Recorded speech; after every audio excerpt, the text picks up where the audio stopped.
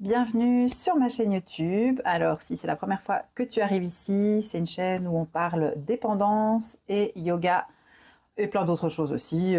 Je fais du pilates maintenant, donc plein de choses. Mais là, je vais partager mon témoignage à propos de l'alcool parce que ça fait longtemps que je ne l'ai plus fait. J'ai eu plusieurs demandes par rapport à ça. Donc, si ça t'intéresse, n'hésite pas à t'abonner, à liker parce que ça donne de la visibilité à ma vidéo et c'est toujours sympa. Alors, je vais faire un témoignage sur l'alcool parce que je suis passée par plusieurs dépendances. Donc, il y a eu les joints, il y a eu l'alcool, il y a eu la drogue, il y a eu le sucre, il y a eu la dépendance affective. Donc, il y a eu pas mal de choses. Mais ici, je vais vraiment d'abord me concentrer sur l'alcool et je ferai des vidéos vraiment au fur et à mesure pour pouvoir brasser un petit peu tout sans que ce soit des vidéos trop longues. Donc, allons-y. Alors, donc tout d'abord, en fait, moi, je n'étais pas spécialement attirée par l'alcool plus que ça. Donc, j'ai commencé à l'âge un petit peu près comme tout le monde, on va dire, vers la fin de l'adolescence. Et très vite, quand même, j'ai senti que quand je commençais à boire, j'avais du mal à m'arrêter. Mais c'était une consommation, on va dire, normale, parce que maintenant, je sais que c'est pas normal, mais normale chez les jeunes, où c'était des alcoolisations en soirée de temps en temps. Ensuite, par après, je suis arrivée aux études, pareil, à l'université, c'est quelque chose de normal, je buvais en soirée, mais j'avais quand même des moments où je pleurais énormément parce que je sentais que l'alcool me faisait quelque part du mal en fait. Je perdais complètement la maîtrise de moi-même, je pétais les plombs, enfin c'était soit j'étais extrêmement euphorique, soit j'étais extrêmement triste, soit extrêmement en colère, mais toujours dans les extrêmes. Par après, j'ai quitté chez mes parents. Donc là, ça a été une période assez difficile pour moi. J'ai quitté donc chez mon père et ma belle-mère. Et avant ça, je m'étais un peu pré-stabilisée parce que, donc, comme je disais, j'avais fumé des joints avant. Et j'avais arrêté grâce au yoga et je me sentais vraiment bien à cette période-là. Sauf que quand je suis partie de la maison, donc à 19 ans, eh bien, je ne savais plus aller au cours de yoga et j'ai commencé à travailler dans des restaurants. Et donc là, c'est vraiment là que la subtilité du truc s'est mise en route, en fait. Dans le sens où, quand je suis arrivée dans la restauration, dans les restaurants, à travailler comme serveuse, eh bien là-bas, l'alcool coule à flot, on va dire, quoi. Et donc, mon premier verre de vin, c'était après-midi, à 3 heures, à 15 heures, après un service. Et moi, j'associais l'alcool à la fête. Et donc, j'ai dit en rigolant, ah ben, qu'est-ce qu'on fête? Et le serveur m'a dit, en fait, la fin du service. Et donc voilà, là ça a commencé comme ça où je me suis dit ah c'est marrant, j'ai bu un petit verre, j'avais bu qu'un verre mais j'ai repris le train après, j'avais un petit peu la tête qui tournait et tout ça donc c'était un peu marrant. Et puis après ça en fin de service le soir, eh bien tout le monde buvait et moi je suivais. Et je suivais très très bien, c'est-à-dire que tout le monde me disait waouh tu bois bien, t'as une bonne descente et donc ça a renforcé un petit peu mon truc de je tiens l'alcool, je suis forte, c'est génial. En plus, je suis qu'avec des mecs et je bois comme eux, même parfois voire plus. Et donc, ça a vraiment renforcé mon idée que l'alcool, c'était la fête et que moi, en plus, super, j'arrive super bien à tenir, c'est génial, quoi.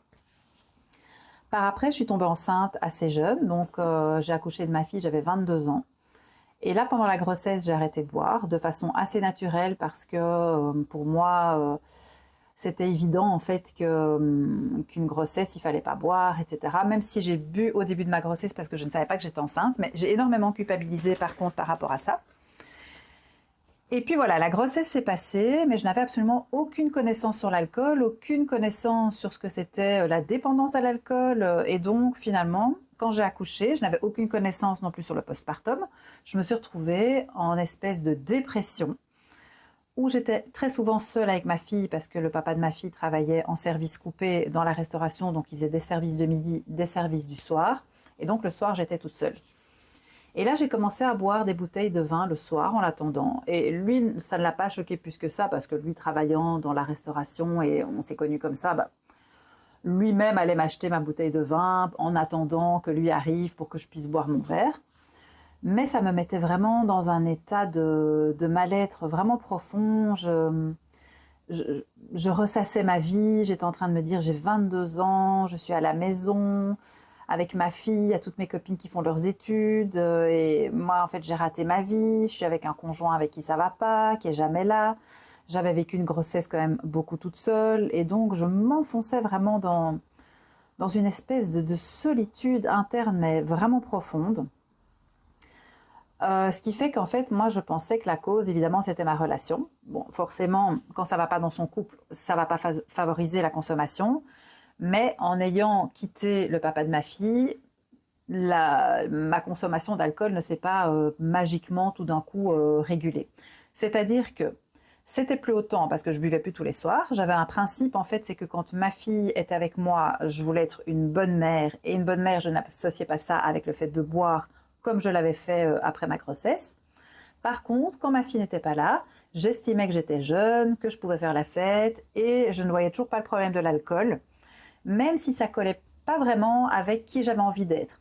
En fait, j'avais une vision vraiment de la femme que j'avais envie d'être, la prof de yoga, parce que je rêvais déjà d'être prof de yoga à ce moment-là, mais j'avais fait du yoga, j'avais tellement accroché, j'imaginais vraiment cette vision. Et donc j'avais un peu une vision, on va dire, idéaliste de la femme que je pouvais être, qui serait parfaite, qui serait hyper zen, qui n'aurait plus de crise d'angoisse parce que j'étais une fille hyper angoissée et qui était parfaite en fait. Et donc voilà, à ce moment-là, je buvais, ça me posait pas plus de problèmes que ça, mais je sentais que c'était pas super. Et donc pendant des années, mais des années et des années et des années, j'ai voulu apprendre à réguler ma consommation d'alcool. Et donc ça veut dire que je suis vraiment passée par des phases où je buvais beaucoup et des phases où je buvais pas ou beaucoup moins. Et pour faire ça, en fait, ce que je faisais énormément, c'est du développement personnel. Donc moi, j'ai quand même découvert le développement personnel très jeune. C'était le début, en fait, c'était pas encore très connu. J'avais 17-18 ans, c'est quand j'ai commencé à faire des cours de yoga. Donc j'étais très intéressée par tout ce qui était un peu New Age, un petit peu tout ce qui était parallèle, etc.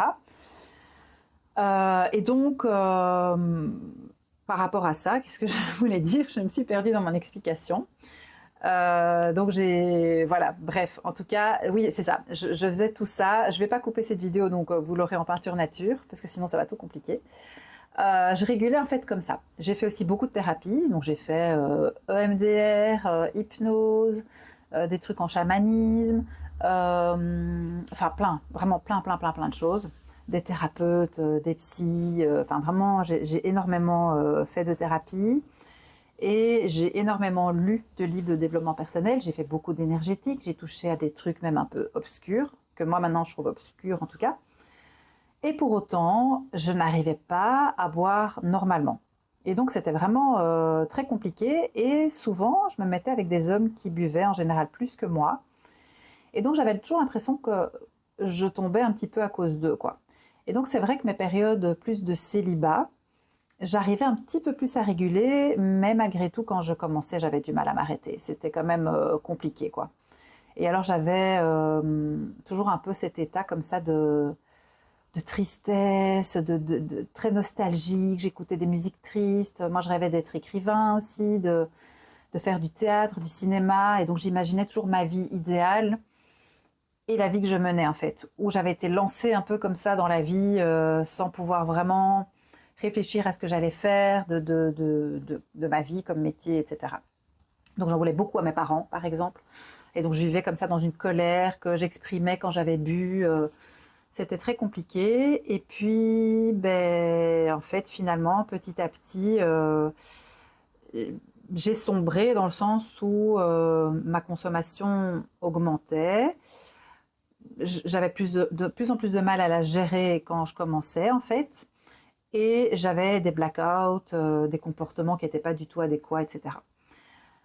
Puis finalement, je me suis mise avec quelqu'un. J'ai ouvert un centre de bien-être en me disant, bon, si j'ouvre ce centre de bien-être, à mon avis, j'aurais atteint un peu le summum de ce que je voudrais et je serais la fille que j'ai envie d'être. Et donc, j'ai ouvert un centre avec plein de thérapeutes qui me louaient des salles pour faire des thérapies. Je faisais petit bar à jus bio avec petite restauration bio, je donnais des cours de yoga, enfin je gérais tout moi-même. Et là, bizarrement, eh bien c'est là que j'ai sombré. J'ai rencontré quelqu'un là qui prenait de la drogue, et donc ça j'en ferai une autre vidéo. Mais là j'ai vraiment sombré. Et c'est là que j'ai dû commencer à chercher réellement de l'aide. Donc au début, j'ai toujours voulu tout faire par moi-même, et j'ai dû vraiment me résoudre un moment à me dire ok, comment je vais faire pour sortir de là, parce que je vois que seul ça ne va pas. Et je ne comprenais pas parce qu'il y avait vraiment des moments où j'arrivais à ne pas boire pendant 2 semaines, 3 semaines, et j'avais pas forcément de manque en fait. Mais à chaque fois, je me disais, je peux recommencer, gérer, et je n'y arrivais pas. Voilà, donc ça c'est mon histoire. Maintenant, ça va faire presque 10 ans que j'ai arrêté. Ça a été un long cheminement que je vous expliquerai dans une autre vidéo. Donc n'hésitez pas à me laisser en commentaire, voilà, ce dont vous avez envie que je vous parle, les sujets qui vous intéressent. Donc moi je pensais faire une vidéo vraiment sur la consommation de joints que j'ai eue, une vidéo aussi sur la consommation de drogue plus dure, alcool, cocaïne, et alors mon rétablissement. Mais il peut y avoir aussi d'autres choses parce que, ben, comme je vous ai dit, j'ai eu l'addiction au sucre, la dépendance affective.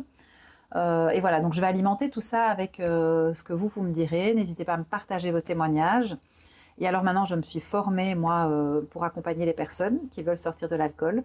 Donc si c'est aussi quelque chose qui vous parle, qui vous intéresse, vous allez dans ma bio, il y a un lien pour réserver une consultation avec moi. Et vous pouvez aller sur mes réseaux aussi, me contacter en privé si vous voulez d'abord en parler comme ça. Voilà, merci d'avoir suivi cette vidéo. N'oubliez pas de liker, partager, vous abonner pour faire tourner tout ça. Et je vous dis à très vite.